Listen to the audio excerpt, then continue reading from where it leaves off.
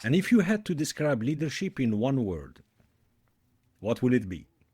Ooh, Yes? one word. Yes, sir. I'm gonna say change, because leadership is all about change, Mhm. right? And then we could start talking about all the things that go into, of which I believe, of course, trust is one of the key components of having the influence in order to achieve change.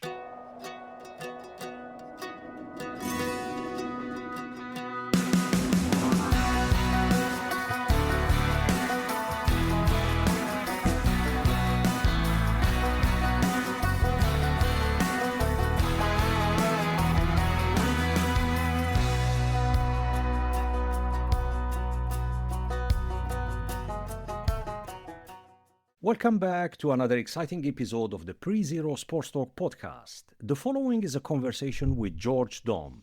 George is a former naval aviator, a Blue Angels flight leader, and an instructor at the legendary Top Gun School. He's also a business consultant and an expert on high trust leadership, teaching individuals and teams to lead with trust, competence, and character.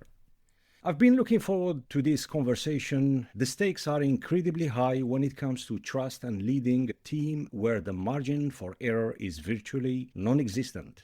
You can't afford mistakes when moving at a high speed, just inches away from your teammates, making split second decisions that could mean the difference between mission success and disaster. This is leadership in its most intense and forgiving form, and I can't wait to dive into it. I'm your host, Sid Bansala. Today we'll explore the power of trust in leadership and covering real stories and insights that matter. George's experience leading elite teams under extreme pressure provides invaluable lessons relevant to sports business and beyond. To support our show, please check the episode description. Now let's dive in. George, welcome to the show. Thanks very much, Sid. Great to be with you. I want to set the scene before we get into leadership principles. Imagine leading a team where discipline, precision, and trust are not just important, they are everything. The Blue Angels execute at the level where there is no room for doubt, no space for hesitation. George, you've been in the cockpit leading this elite squadron. Let's start with your journey. What pivotal experiences shaped your leadership philosophy? Well, it wasn't any just one thing. It was a process, of course, a journey, if you will. I was blessed with terrific parents. My father was a great leader himself and instilled in me some values and so forth that I've hung on to ever since. I think when I left college and joined the Navy and raised my right hand and swore an oath to support and defend the Constitution of the United States, I think that was a significant event where you are dedicating yourself to something bigger than yourself. And then that whole experience, I was on active duty in the Navy for 26 years. I made 9 deployments overseas on aircraft carriers, flying day and night in peacetime and combat and so forth. And so all of those, but particularly that experience of being on a ship of 5,000 people that come from all walks of life, all classes, all ethnicities, and we come together under a common mission with shared sacrifice. We're all in this together. We're all away from home. And it was that experience, that living laboratory of leadership, if you will, that really formed a lot of my experience and made me who I became as a leader. And what are the biggest lessons from flying with the Blue Angels and what you said now that carries over to leadership today? Well, I think, the principles of leadership are the same, no matter whether you're in business or sports or in the military and so forth. And certainly they don't change when the consequences go up. You just can't compromise whenever it is literally life and death, right? So it's in these very extreme environments, I think, that these principles are revealed, and you can't accept anything else, right? It has to work. So that's, I think is really was the key for And me. on that, George, can you recall a high pressure moment where leadership made all the difference? Well, I think, boy, you could name a lot of those, and some of them in the high pressure moments, people are looking to their leader for personal example, right? And there's plenty of examples of that, right? Where in the moment, when people are wondering, how is this going to go? They're looking to their leader for example, for inspiration, and so forth. So, I mean, I think there's plenty of examples of that all over the place. And George, are leaders made or born? Oh, I think some people have certain traits and tendencies that make it maybe easier to become a leader, but leaders are definitely made. It takes, to be a really great leader, it takes effort, it takes reflection, it takes discipline, it takes training to become a leader. And I believe, leaders come in all sizes, shapes, temperaments, personalities. So anybody can become a leader, and the most difficult person to lead, of course, is yourself, Yeah. right? We all need to become leaders, first leading ourselves and then leading others who are, entrusted to our care. And for our listeners, how would you define leadership?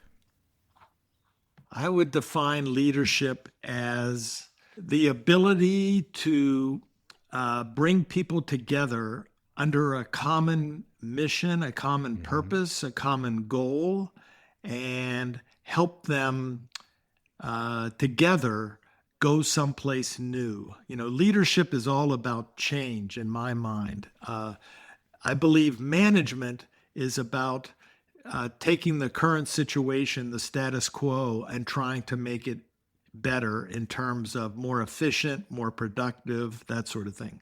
Leadership is about going someplace new, someplace you haven't been before, and having the influence with the people on your team in order to bring them along and get there and leverage their skills and abilities as well.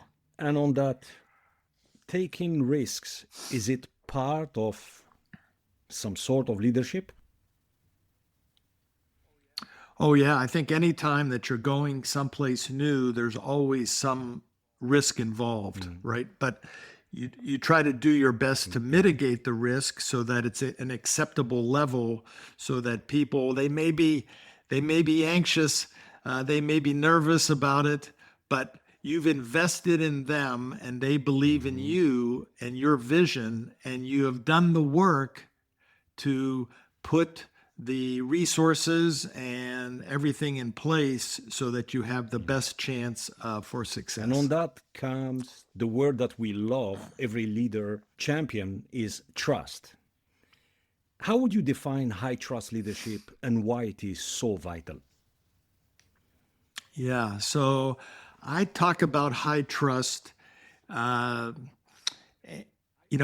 I see that there's sort of like three different types of trust, right? You got what I call trust 1.0. That's sort of your garden variety trust, right? That's where you're driving down the highway and you expect the other car coming the other way to stay on their side of the line, right? You're trusting that they're going to do that. And then there's trust 2.0 where you've invested in the relationship, but it's conditional, right? If you do A and B, I'll trust you with C, or it's selective. I'll trust you here, but I'm not trusting you there.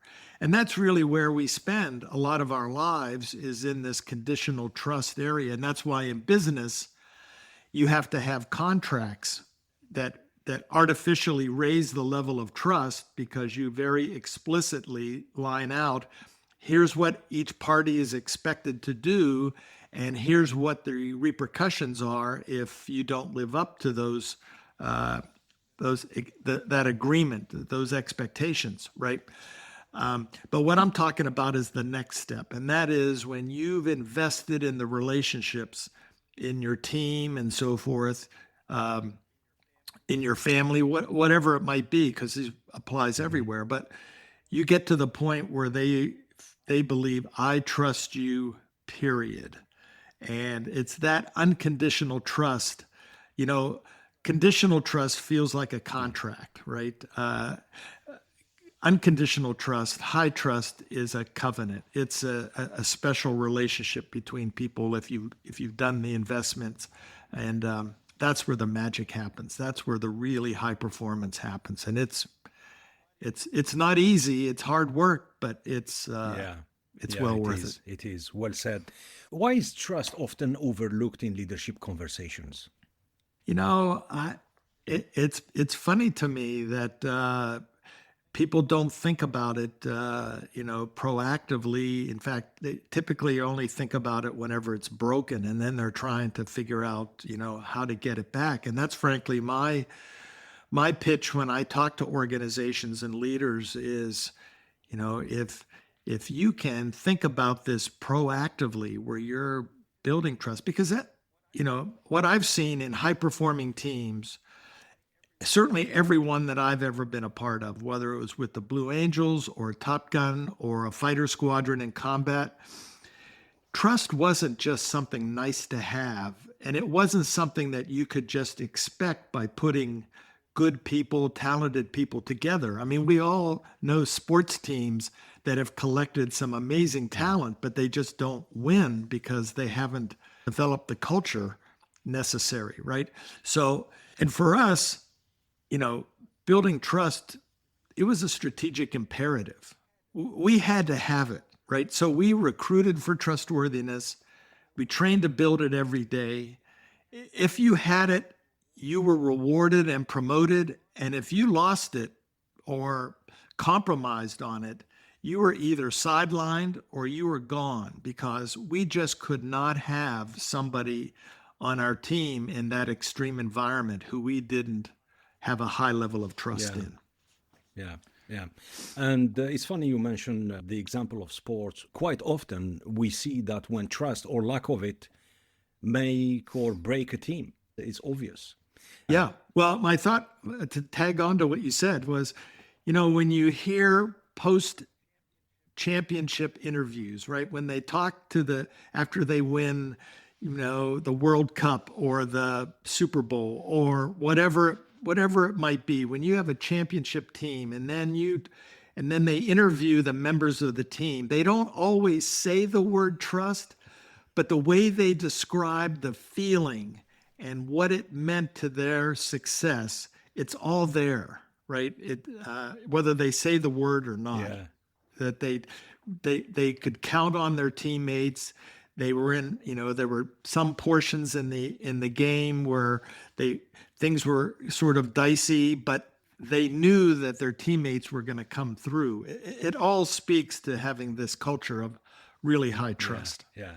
There is this movie, not sure if you've seen it, George, Any Given Sunday, where Al Pacino played Miami Sharks coach. And there was this scene, the movie was in the late 90s, I think. Yeah, it was in late 90s. And there was this scene in the locker room where he's, let's say, raising his voice, shouting at the team, this motivational speech in which he's telling everyone, you have to look at your teammate in the eyes and you need to agree together and fight for every single inch as a team, not as an individuals, you know? So yeah, Yeah. yeah, and that's yeah. Go ahead. Uh, Well, yeah, I couldn't agree more. And in fact, when I talk to leaders, CEOs, presidents of companies and organizations, right, and they lament that they they're just not happy with their people aren't working as a Mm. team, right, and they want, how do I get more teamwork? And when you look at the organization, you realize that they're really not a team. They're a group of people who happen to come to work in the same building, but if you wanted to call them a team, they would be a Yeah, bowling team, because everybody just plays in their lane and they are compensated based on their individual behavior, and there's no motivation for them to sacrifice for others. And teamwork is all based on shared sacrifice. And so, I think business leaders, if they want more teamwork, they have to look at how do you incentivize your people? What's their goal? What are they trying to achieve? What matters most to them? And when the organization's success is what matters most to them, that's when you get teamwork, because then people are willing to sacrifice and uh, you know devote their discretionary time to helping Yeah, others. yeah. Leadership gives us the opportunity or responsibility. However, we see it to impact far beyond what we imagine. How do you view the ripple effect of leadership, George? Well, it's remarkable because as a leader, you have the opportunity to affect so many people, not just directly but indirectly, Yeah. right? And so there's no doubt that it ripples out throughout the organization and then throughout the networks of the people who are part of the organization. Sure. And do you think about the long term impact of your work or no? Well, you like to think that you have, in fact, I am now uh, talking to organizations and so forth about what I call the unforgettable leader. I mean, we all have people, every successful person has at least one person in their life who they carry around with them day after day. Somebody that was a leader in their life who they touch them so deeply that they now, whenever they face questions or concerns or have to make a decision or whatever, they think about how would this person have done it? What would they have said to me, right? And and I think the goal is to become that kind of person, right? Somebody who has the vision for, not only where they want to go, what they want to accomplish. They have a reputation of being a really high trust person, very, very trustworthy, and they have the ability, they bring such a positive level of energy to the relationship that together they just become somebody who impacts people wherever they go. And I think we should all strive to be unforgettable in that Yeah. regard. Let's go back and talk about your time at Top Gun and Blue Angels. What sets apart the leadership training at Top Gun? Well, we realized when the first movie came out that it wasn't going to be a documentary. But the experience at the school, I think the big difference. There were some portions of the movie that I thought were very realistic. The flying scenes I thought were very well done, and the scenes on the aircraft carrier I thought were very well And done on the flight deck. and But on that, George, sorry to cut you. Does it really sure. accurately reflect the nature of fighter pilot's life, commitment and discipline? Well, certainly, the broad strokes, the commitment, the intensity. I thought it showed very well the students how badly they wanted to defeat the instructors in the training scenarios, right? Because the process is you start out with a very basic scenario, one versus one, and then two versus two, and then the scenarios gradually become more complex and more challenging. And if the students have a very good plan. It doesn't have to be a great plan, but it has to be a good plan, a solid plan, and then they execute it with discipline, then they're at least going to survive. And if they may very well win, and which is great, right? That's the goal. You want to have the students leave there with great confidence in their abilities.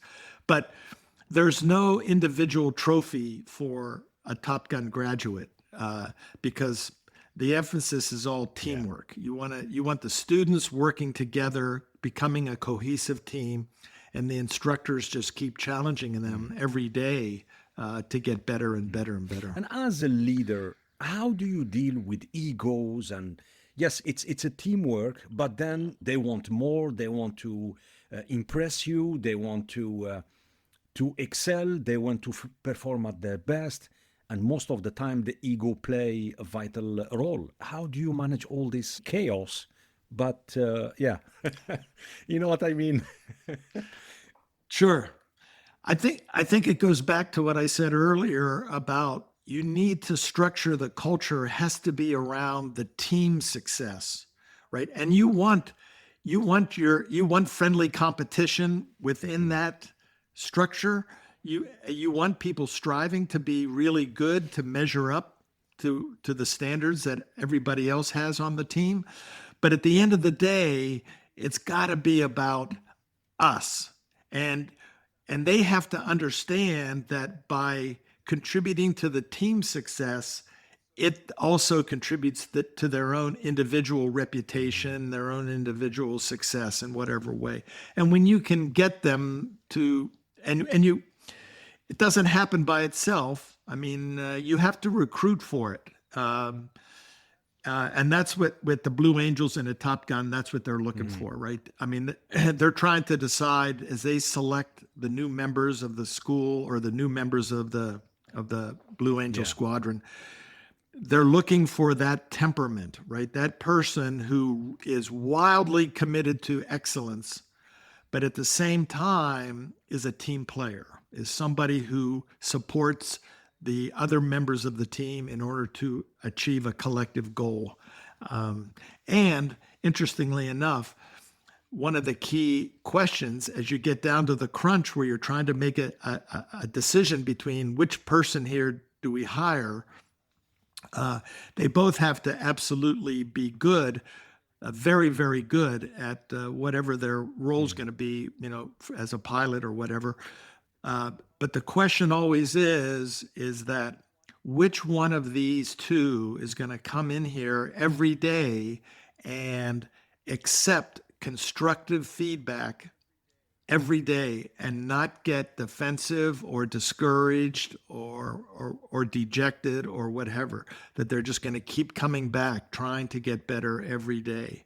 And we would trade off, a little bit of skill if this person over here was more willing to, because if they keep coming every day and they just keep wanting to learn and get better, you can get them.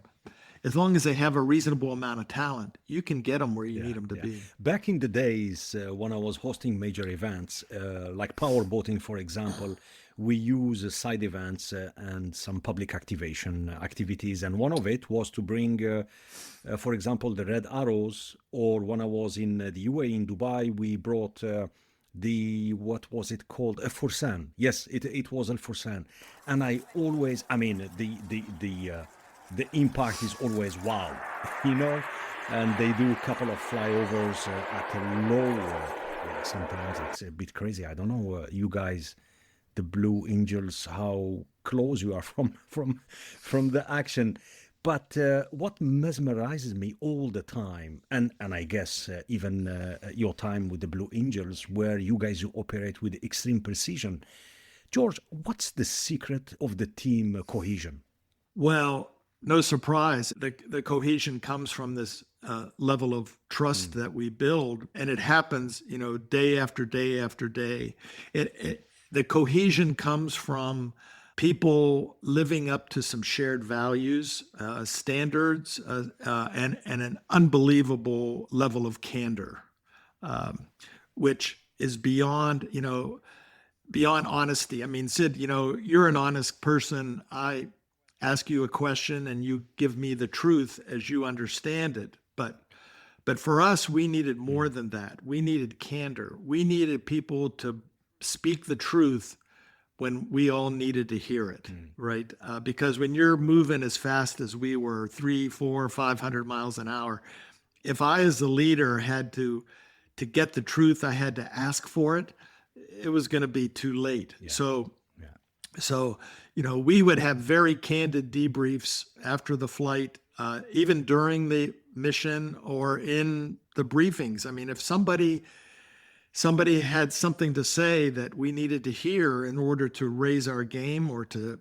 stay on track, it was your duty to speak up. It wasn't just, oh yeah, we welcome what you have to say. No, it's your duty. If we found out afterwards that we could have performed better or avoided a mistake, and you had the information and you didn't share it. But the challenge, though, is that, you authorize somebody to bring you the truth. You're going to get it once. And then depending upon how you react to the truth, you may never see it again. And so we as leaders have to be wise enough, mature enough in order to sift out the truth, however it shows up, and sometimes it shows up as a whimper, as a whisper, and other times it shows up like a thunderclap. And Yeah. I say to people, who is other than your spouse and your children, as a leader, do you know who the best person is to bring you the truth? Hmm. Somebody who doesn't like you very much, because they don't care how you feel Yeah. about it, right? And they're going to take this truth and they're going to wrap it up with a lot of drama and stuff and their emotion, and they're going to stick it in Yeah. your face. And we have to be smart enough to unpack it and say, okay, where in here is there something that I can take action on in order to raise my Yeah. game, Yeah. right? So, Yeah, we spoke earlier about the Top Gun movie, and especially after the second one, Maverick. What impact had it yeah. had, or still have, on the aviation industry and recruitment? Oh, it's incredible impact. So many folks have I met over the years that were inspired to sign up and serve because of the movies. So, yeah, it's a big Yeah, deal, really. And they're yeah, working on a yeah, third Top yeah. Gun movie Indeed, now. indeed. Which is fantastic. We need more of this kind of movies, that motivates, that inspires, that we need more of the stuff. Yeah, Yeah, I agree. When I grew up, we were going to the moon, yeah, and it was just so inspiring. That whole NASA, Apollo, Mercury, Gemini, and then the Apollo missions to go to the moon. And yeah, you're right. We yeah, need that. Bring us yeah. together. Let's shift gear and talk about your book, which is right here. Here we go. We're going to talk about it. Thank you. So, your book outlines 5 pillars of trust: character, commitment, Right. competence, connection, and communication. Which Right. do leaders struggle with the most? Well, that's a hard one because I see shortcomings in all five. But the leader who doesn't walk his talk, right? The character piece, right? That they want everybody to behave a certain way, but they don't behave a certain way. The hypocrisy is a real problem. Or, the commitment piece is, they want everybody to give 100%, but the leader doesn't give 100%. Or the competence piece, right, where the leader's really good, but he's doing his last job because that's what got him promoted, right? So he's so comfortable doing his last job that he keeps doing rather than continuing to grow and become really good at this job that he's been given, right? And then connection is, I often say though, is one that's really missing in this high speed world that we live in these days. Everybody's trying to be so efficient, right? We all have to-do lists a mile long. We're just trying to pedal as fast as we can. And the question I had to ask myself every day about the connection was, do they believe I understand them? Do they believe that I get them, that I understand their hopes and their concerns and their challenges and what they're facing in every day, what I'm asking them to do? And if they believe that I understand them and that I'm taking them into account when I'm making decisions, then they're going to follow along. But if they don't really believe I get them, then there's always hesitancy and so forth. And to build connection with somebody, Stephen Covey in his famous book, the 7 Habits of Highly Effective People, he makes a wonderful statement in there. He says, you can be efficient with things, but you can't be efficient with people. So to build the connection, you have to slow down and you have to take time to relate to people in order to have them feel like you understand them, right? And too often leaders, they're just trying to be too efficient, right? And then finally, communication, is that can always be a problem when leaders don't communicate clearly. In fact, the biggest issue for leaders with communication is the assumption that it's occurred, right? I sent the email, they get it, or I had the talk, she gets it, or whatever. They don't get it, at least not right away. You have to keep transmitting your message over and over in a very consistent way until they finally receive the Yeah. message, right? And too often we assume that they get it when they Yeah. really Yeah. don't. Can you share a story or two of how these five principles played out in your career?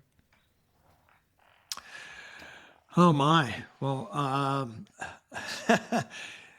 I would say, you know, okay, let's take them one at a time very quickly. Character, right? You're always, when you're faced with these moments of truth, these moments of decision, you have to make a choice. Am I gonna compromise my values, or am I gonna do the hard thing here and stick true to them? And I could give you a million times where sometimes I made good choices and sometimes Yeah. I didn't, but I always tried to.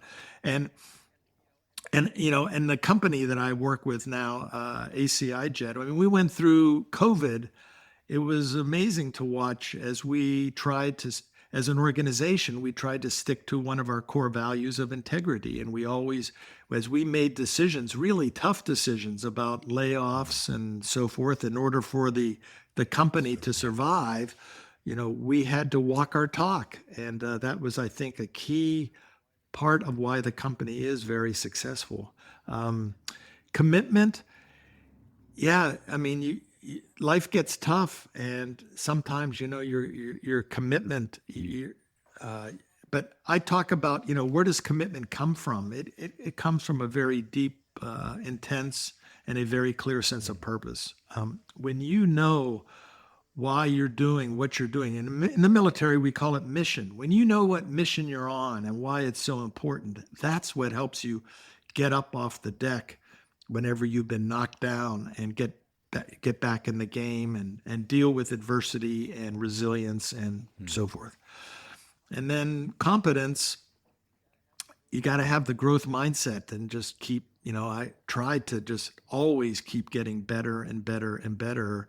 And what was easiest for me was if there was a performance gap I had, I would try to learn how to teach that aspect of whatever it might be. I became early in my career, I taught carrier landings because I didn't feel like I was as good a lander, and we have a competition all the time in order to drive excellence.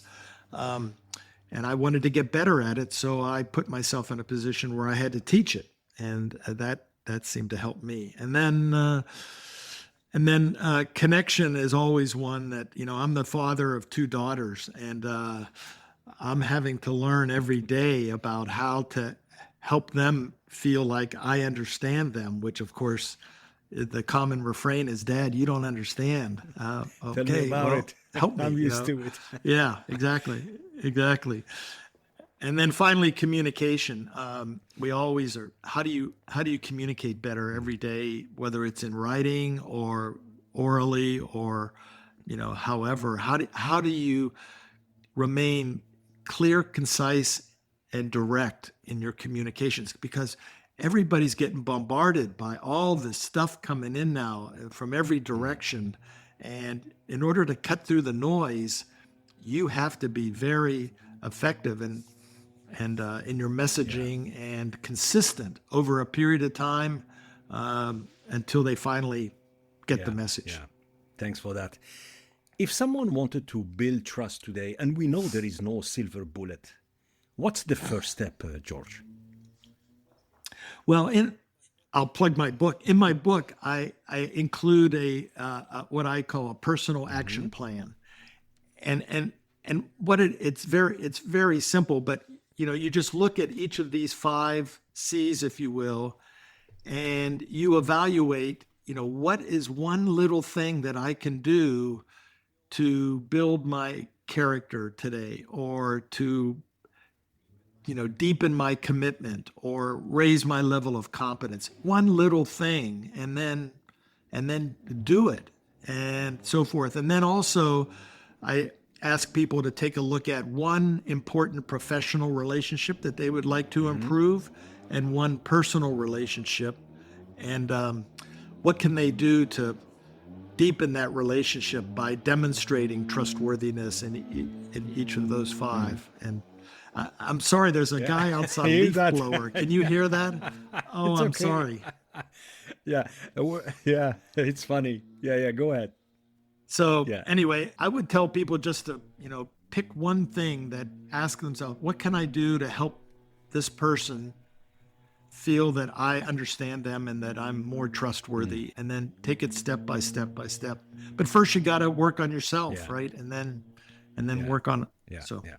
So let's talk about the process of writing this book.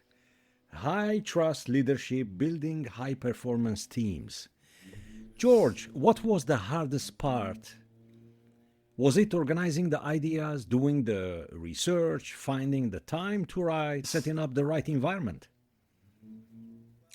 Well, my story is that when I left active duty and I would meet people and they would find out a little bit about my background, people were very curious about how did we in naval aviation, how did we train, how did we lead, and so forth. And so I would get invited to come and speak to various groups. And over time, I developed, so the book is essentially a compilation of the various presentations that I've given over the years. And so the content was already there, which was nice. I didn't have to really go out from a blank sheet of paper and have to research it. But I did have to organize it, and I did have to think about, I tried to keep the book, as you'll see, it's pretty short. I mean, it's It is. 190 pages or something, because I hope that people will actually read it. So whittling it down to the essence was probably my biggest challenge, and then just dedicating the time to doing it, because it always takes longer than you ever think. Once you get into it, so that was probably my Yeah. biggest And challenge. the editing process, was it easy? It was actually pretty enjoyable when I actually dedicated the time and sat down and so forth. And oh boy, it's getting Let's. louder. Sorry. No, it passed. It was very interesting. I had got some very good feedback from people along the way. And when you have the mindset that, um, they're there to help it get better, and you don't get defensive about it, it was very good. I learned a lot in the Yeah, process. yeah. Let's shift gear and talk about mental resilience and handling pressure. How did you personally develop mental resilience during high stakes missions? Yeah. Well, we had a saying in naval aviation that you don't rise to the occasion, you fall to your training. And so we tried to train as realistically as we possibly could, so that when we had to go out, whether it was in combat or whether it was flying a Blue Angel air show, we had rehearsed it and practiced it and thought about it so much. Our motto was, we're going to practice till we get it right, and then keep practicing until we can't get it wrong. And it's all about training realistically, about training. I flew 25 missions or so in Desert Storm, and Wow. when I got back, there were my friends who didn't get a chance to participate. We would talk about it. They would ask me questions about what it was like and so forth. And I was pleased to tell them that, other than actually being shot at, our training was much harder than the actual combat was, other than, when you're in the, but, and that's exactly what you want. You want to be, train harder than you actually have to Yeah, compete, right? And then you have yeah. the resilience, you have the ability to handle the moment, right? And How do fighter pilots train for G forces? What kind of impact does it have on the body? And how do you ensure pilots can endure those extreme conditions? Yeah.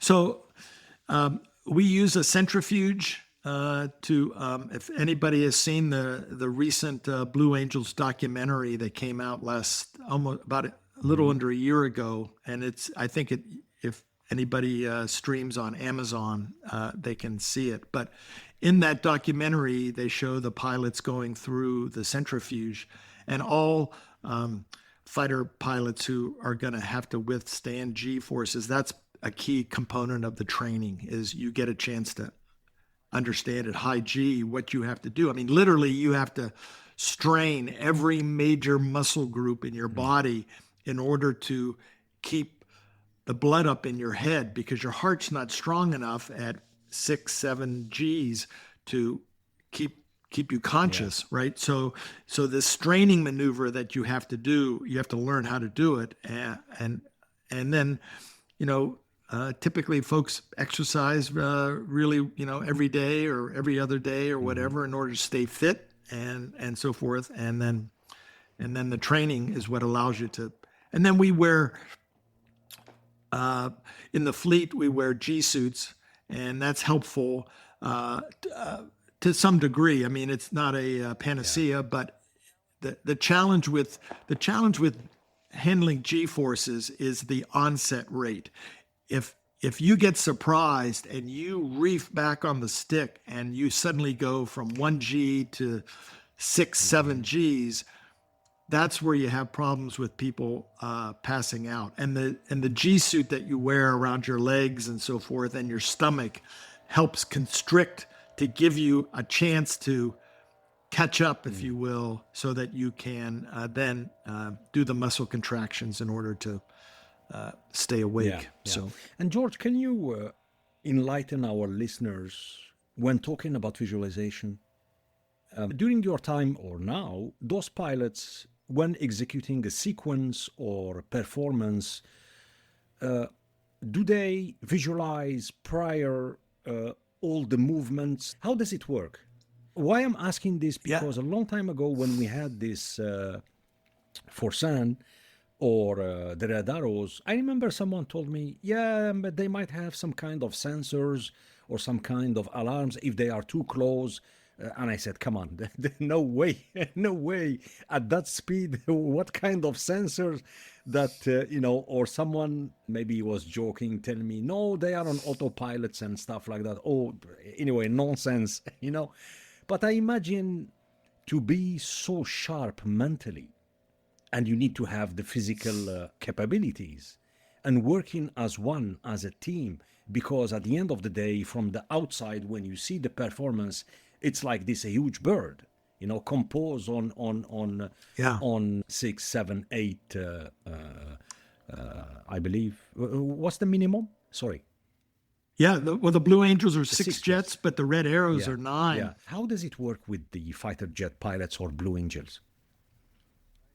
Right. Well, with the Blue Angels, before every flight, we would have a very detailed briefing, and then we would do what we call chair flying, where I as the leader I would recite all the various transmissions that I was going to make during the demonstration, and then we would each be flying our position, sitting at the conference table before we went out and flew for real. And when I joined the Blue Angels, I had never done it to that level of detail before, and so I just, okay, here's how we do things here. And I really found that it significantly improved my performance when I'd flown twice, right? First time at the conference table, and your mind doesn't really know the difference. And it gives you the opportunity to just remind yourself and think about all the different things that you need to be doing, power settings, G, profile, placement, what am I, because I'm navigating based on visual reference to the ground. What are my checkpoints and all of that? And it really helps get you prepared so that when you go out and climb in the jet and the canopies come down, you are fully in the moment, ready to go out and perform at your very best. Yeah, I thought it was terrific. Something I really Yeah. hadn't been. I mean, I had, in the fleet we brief and we talk about and we speak in detail about what we're about to do in order to be ready to go, but we don't get quite to the level that the Blue Angels do. Just Yeah. so it was cool. Fantastic. It Yeah. works. Yeah. Many leaders struggle with balancing trust and accountability. What's the right approach? I don't really see that one feeds the other, I think. I mean, in order to have trust in somebody, they have to be willing to be accountable for their performance, right? So, transparency and accountability are very much a part of being developing your trustworthiness, I think. And I think the really good people really want to be held accountable. They want to keep score. They want to know, but it's a mindset difference, right? You can sometimes people don't like they resist accountability because it's a judging mindset. It's a negative thing, Yeah. right? But if you have a growth mindset, a learner's mindset, accountability is helping you figure out where am I and where's the gap that I need to continue to work on to keep getting better. So they welcome the accountability and the feedback, and that's a critical. If you as a leader are trying to develop a culture of high performance, you have to instill that intention, that attitude among your people that, hey, we embrace the truth. We want to know the truth so that because that's the only way that we can figure out how we're going to get to the next step. And as a leader, George, where do you fit empathy?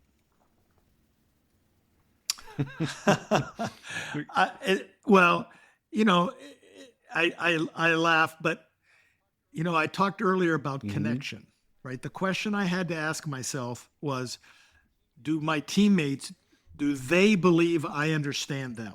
Which is a different question than do I believe I understand them? Because what I believe is interesting, but not sufficient. What matters is what do they believe, right? And for them to believe that I understand them, I have to occasionally, look through the world, try to look through the world through their window, because we all come at it with different life experiences, different backgrounds, different preferences, all of that. And so empathy is really key in helping your teammates believe that you understand them and that you're taking them into account whenever you're making decisions and so forth. What daily habits or mindset shifts can help someone level up their leadership? Well, I just, mentioned about the mindset about, continuous improvement, right? Having and there's a wonderful book out there I think it's called Mindset, by a woman who's a professor at Stanford University, talking about, having that growth mindset is really key. Another one is sort of understanding.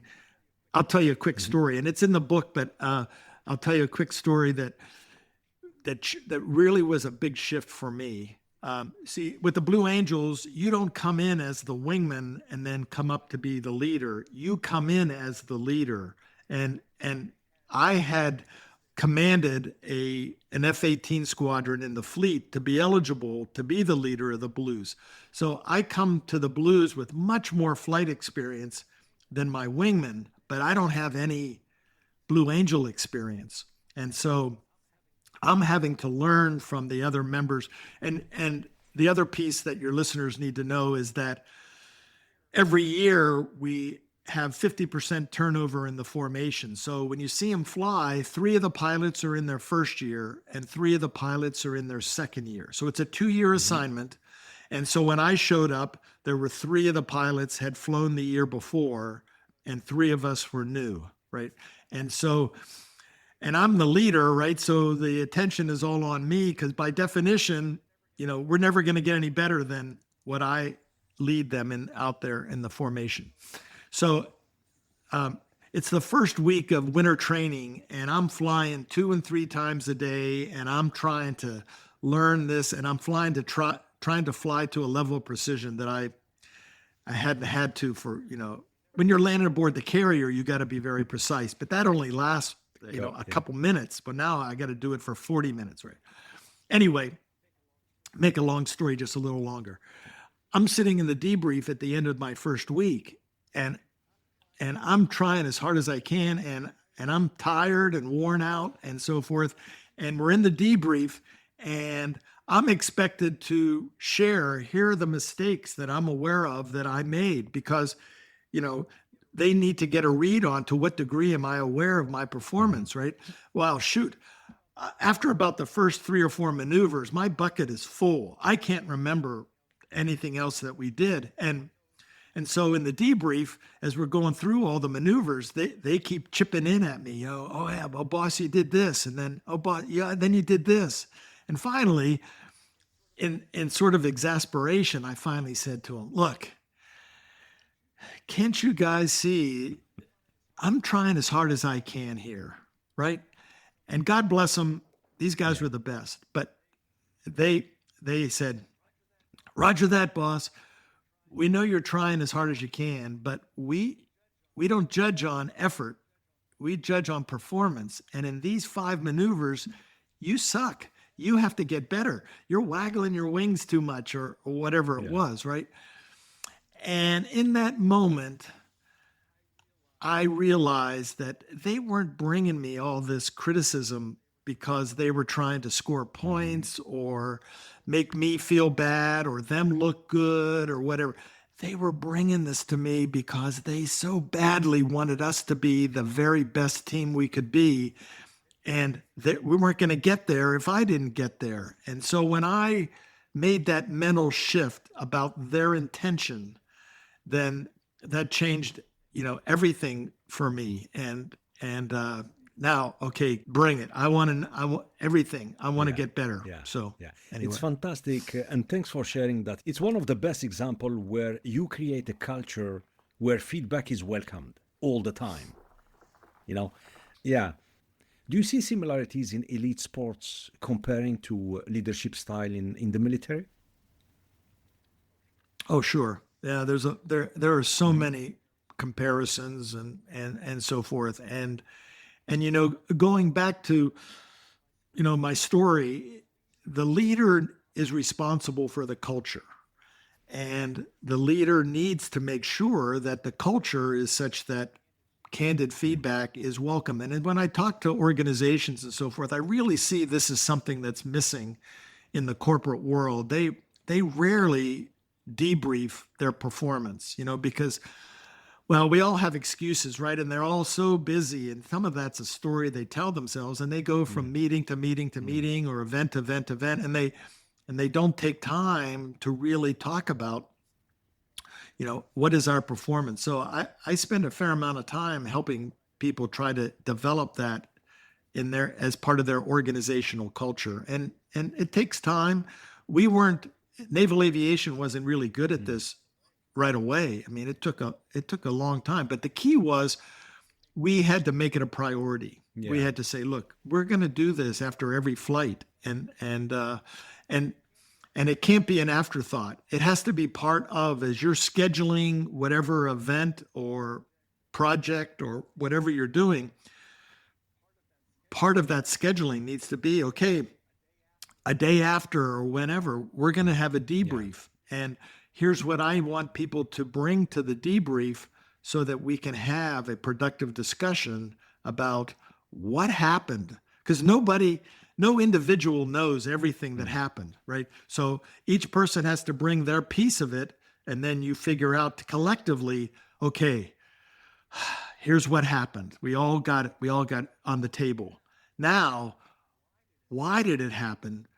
Both the good and the bad. You want to reinforce the good, and then you want to correct and improve on any of the mistakes or shortcomings that you had. And then what are we going to do tomorrow differently based on this experience? And then how do we share this lessons with others so that they can benefit from our experience? And it takes time and it takes Yeah. practice. But the bottom line is you just got to do it and you'll get better at it as you go. If you keep the intention of being, hey, we're doing this so that we all get better. And when people get defensive or whatever, you have to Yeah. talk about it. You have to What? Yeah. One work. thing I need to flag, looking back to when I was a coach, one thing that I loved is the debriefing. I love those sections. And one thing I learned is the minute you enter the room, either during the briefing or debriefing, you need to shift slightly your mindset that you take your hat that you are the coach because you're there to get as much feedback as possible, as much input as possible based on the performance, based on whether it's a training, whether it was a game, we lost or we won, and try to create this culture where feedback is welcomed and forget about the hierarchy, forget about I'm the coach, I'm the leader, it's my way or the highway. And I think most leaders, they fail on that because welcoming feedback, listening, analyzing, digesting whatever you are receiving, plus all the resources we have, video analysis or whatever we have, just to make sure that we get out with the common, let's say, plan in terms of, okay, we know what we did, we know where we need to improve. It's like having a key to that door, to that lock, and and then we move on. And I fully agree with you about making sure to create a culture where feedback is welcome. Right. And the way we do it at the Blue Angels is I, as the leader, start the debrief. And I make a few general comments about how the air show went and something. But then I confess, if you will, any significant mistake that I'm aware of that affected the performance of the team, anything significant. And what that does for us is a couple things. Number one is if I'm making a mistake, if I made a significant mistake and I'm not aware of it, we got an issue to talk about. If I made a significant mistake and I'm not willing to admit it, we got another thing to talk about, right?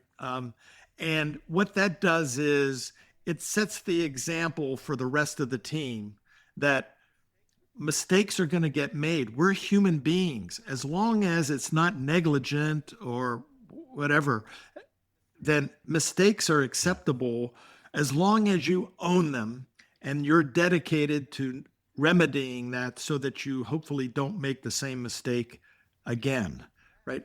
Now we go around the room and everybody on the team does the very same thing. And and now you as the leader, you have the moral authority, whatever you want to call it. You've set the Yeah. example that now you can expect everybody else to have the same level of candor because you have demonstrated it as an example, right? And it's really very cool. And again, everybody has to be reminded of the intention of the debrief and if somebody starts to get, sometimes the debriefs get pretty loud, but they're never Yeah. personal, right? And when you as a leader see them starting to get personal, then you have to police it and you have to call somebody out on it if they're Yeah. if they're letting it become personal. Looking ahead, George, what leadership trends do you see emerging in the next decade or two? Well, one of the things that I'm talking to organizations about now is the importance of developing leaders at every level. The world is changing so fast, and organizations have to adapt so quickly that we can no longer have this, traditional leader follower kind of construct. Everybody, whatever their role is in the organization, needs to think of themselves as a leader, right? As first of all, leading yourself. What do I have to do in order to live up to my responsibilities and continue to improve whatever area of responsibility I have, to continue to make changes to make it better and better? And then, if I've been entrusted with the care of other people as a supervisor or manager or whatever level you are in the organization, how am I doing leading them? I have to keep getting better as a leader of them, right? And I think that's really inherent in if we're going to continue to be successful, because wow, the world just keeps changing faster and Yeah. faster.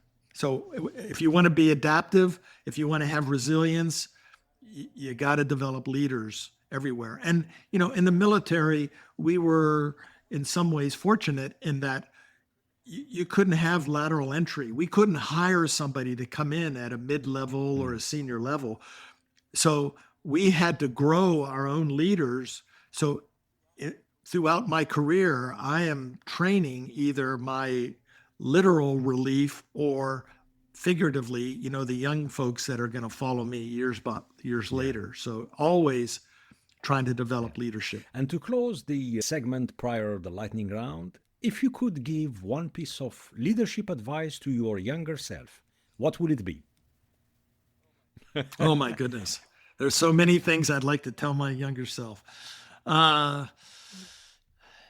I think it's you got to think about it all as a journey, right? And just try to get a little better every day and be patient with yourself, right? Too many of us carry around this voice in our head that is this huge critic that is just, chipping at us all the time. And you just need to be forgiving of yourself and, do your best and just keep trying to get a little better every day, right? And don't be quite so impatient. Fantastic. Now it's time for our lightning round, George. Ready for speedy Q&A? Let's do go. it. If you could have a dinner with any historical figure, who would it be and why? Abraham Lincoln. And I would love to.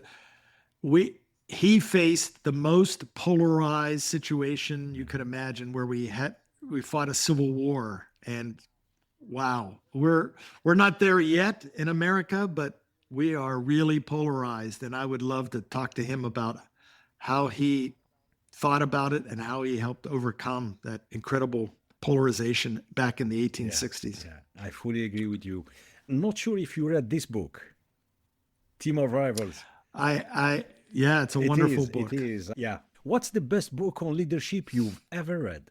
Well, I think for interpersonal stuff, Stephen Covey's Seven Habits of Highly Effective People, I think, is a must read for somebody to be an effective leader. And a book I took a lot of inspiration from was Admiral Stockdale's book, In Love and War. And it's written by he and his wife about the time when he was the senior POW during the Vietnam War. And just an amazing book about how he persevered through that and ultimately won the Medal of Honor for his leadership during those difficult times and years in solitary confinement, being tortured and so forth, but yet led his comrades to return with honor. Great. What habit or ritual keeps you performing at a high level? Well, we talk about having individual personal energy in four dimensions, right? Physical, mental, emotional, and spiritual purpose. And I try to have habits in all four of them. But because the physical dimension really affects the other three significantly, I'd just say the answer to your question is exercise, nutrition, and trying to get enough sleep every night to play at my best. The last one is hard. Can be, yeah. Yeah. What's your favorite failure that ended up being a great lesson? Oh my goodness. Well, going back to being the father of two girls, I fail every day, and I'm trying to get better every day. And they keep telling me, I get a lot of help. So I'm getting better. Great. What's the best advice you've ever received? Something that that stuck with me, and I'm going to tell you what the little saying is. I had went to an admiral who spoke to the air wing when we were getting ready to go on deployment and so forth, and he made a comment that somehow stuck with me that really helped me in my leadership journey. And he said, "Never let a significant event go unnoticed. Never let a significant event go unnoticed." Either positive or negative. When something occurs that's really positive, then make sure it gets noticed and celebrated and recognized and reinforced. Likewise, if you get a whiff of something that doesn't seem quite right, don't let it go unnoticed. You have to address it. And there are too many leaders that sort of look away whenever they have a sense that there's something not going well and hope that it'll just get better. But as we all say, bad news never gets better with Yeah, age. yeah. What's one misconception about leadership that bothers you? I've actually had people say to me, how difficult could it be to be a leader in the military? You give orders and people do what you tell them, right? Follow orders. And that's right. And while that's technically true, if I had to order somebody to do something, then there was a failure somewhere. Either this person shouldn't have been hired, or I didn't invest in the the person or the company or the organization such that I would have to order Mhm. somebody to do something, right? So I think that's, because if you really want the very best of people and you need the very best of everybody whenever the stakes are high, when you're in combat, right? So you got to lead. Um, it can't be this, do what I tell you and order people. So that frustrates me that people think that we in the military are very unthinking, that we just bark out orders and people do what you Yeah, tell them. No, yeah, not at yeah. all. Coffee or tea? Coffee. Coffee. However, I have started drinking a little tea now. I've told myself, I need to learn how to have a little less coffee and try to learn tea. So I've lately started becoming a tea drinker, Mhm. but we'll see. And George, if you could relive one flight from your career, which one would it be? Wow. I was so lucky to fly, so amazing experiences. But since you make me pick Hmm. one, um, I would love to have another clear, beautiful, blue sky, warm, sunny day over San Francisco to do another air show. We just had the 2 years that I flew with the Blues.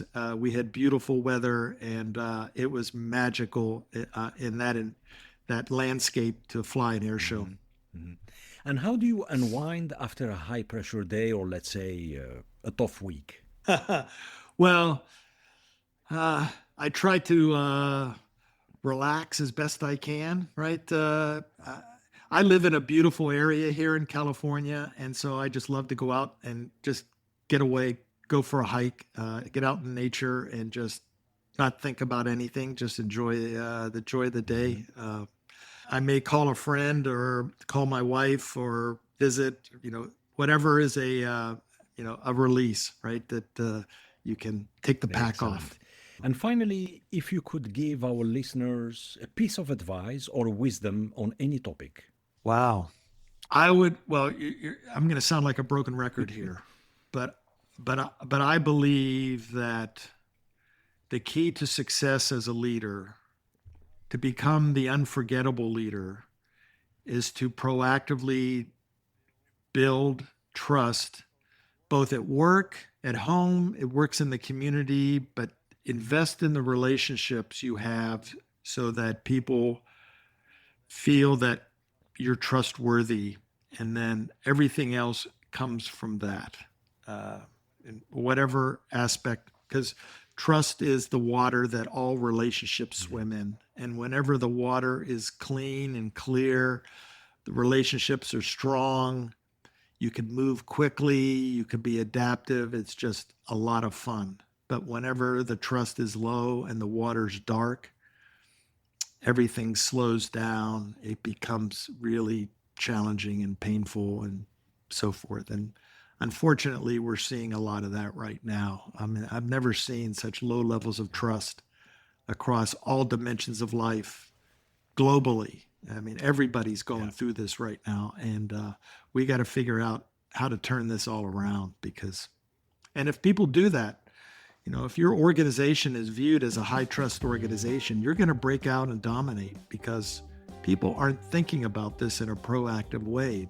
We're just reacting to now that it's broken in many places, right? And trying to get it back. And it's hard. Wow, fantastic. George Dom, thank you so much. This has been an incredible conversation. My pleasure, Sid. Thanks for the invitation. It's been great. And before we wrap up, can you tell our listeners where they can contact you, learn more about your work, or just connect with you online? Sure. You can find me on LinkedIn. Also, my website is georgedom.com, and you can catch up with me there. And I'd love to hear from anybody that's listened to this interview, what they think. And to our listeners, check out the book, High Trust Leadership, Building High Performance Teams, available on Amazon. It's packed with actionable insights that any leader can apply. And before we go, I leave you with a quote. Trust is the glue of life. It's the most essential ingredient in effective communication. It's the fundamental principle that holds all relationships. That's from Stephen Covey. And I think it perfectly sums up today's conversation. If you enjoyed this episode, please subscribe, leave a review, and share it with someone who would benefit from these insights. You can now watch the entire episode on our YouTube and Spotify channels. While you're here, please do us a favor, hit follow and tap the bell so you never miss an episode. We do our best to bring you stories that inspire, challenge, and motivate. We appreciate your support. Thanks for listening and watching. Until next time, stay curious, inspired, and make a difference. See you soon. Take care.